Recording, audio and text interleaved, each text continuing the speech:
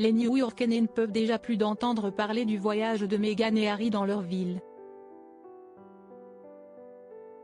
Voici pourquoi. Harry et Meghan arriveront à New York le 10 octobre prochain. Leur visite fait déjà grand bruit. Personne n'a oublié les événements survenus dans la soirée du 16 mai dernier. Harry et Meghan avaient été pris en chasse par des paparazzi à la sortie d'un théâtre. Après Meghan et Harry à Montecito, voici Meghan et Harry à New York. Le suppléant ne finit plus de voyager ce dernier temps.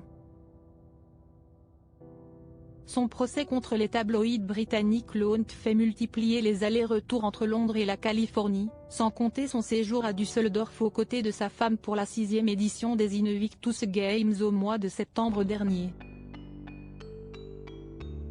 Les renégats de Buckingham Palace préparent actuellement leurs bagages pour s'envoler de l'autre côté de l'Atlantique. Nos confrères du Mirror rapportent qu'on les attend de pied ferme à New York le 10 octobre prochain. Les parents d'Archie et Lily Berry assisteront à un événement organisé par leur fondation, Archewell, dans le cadre de la Journée mondiale de la santé mentale. Une rencontre articulée autour de l'utilisation plus sécurisée d'Internet pour les jeunes. Le nouveau voyage de Harry et Meghan fait déjà grand bruit à New York.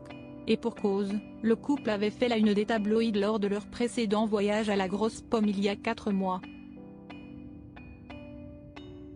L'incident avait eu lieu dans la soirée du 16 mai dernier à la sortie du Ziegfeld Théâtre où la duchesse de Sussex venait de recevoir le prix Woman of Vision qui met chaque année en lumière des femmes ayant œuvré à l'évolution du féminisme. Le lendemain, l'auteur Omid Scobie racontait sur X, anciennement connu sous le nom de Twitter, leur embardée à travers la ville. Hier soir, le duc et la duchesse de Sussex ainsi que Doria Ragland, la mère de Meghan Markle, ont été impliqués dans une course-poursuite en voiture avec des paparazzi très agressifs qui auraient pu s'avérer catastrophiques. Meghan et Harry avaient été à 2 doigts du drame. Meghan et Harry ont-ils eu peur?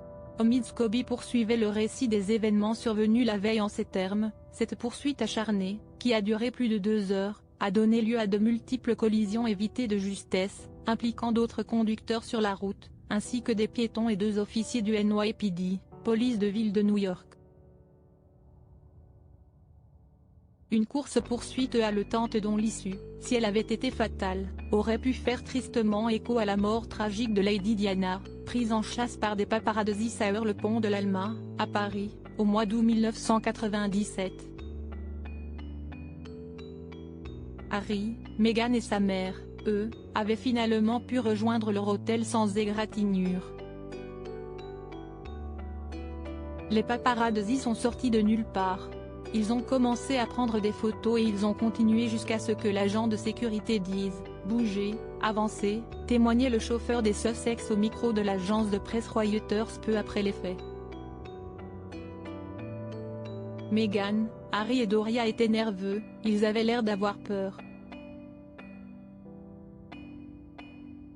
Je me sentais comme d'habitude mais je suis sûre que, pour eux, c'était plus intense. Avec l'arrivée imminente de Harry et Meghan, le NYPD est sûrement sur ses gardes.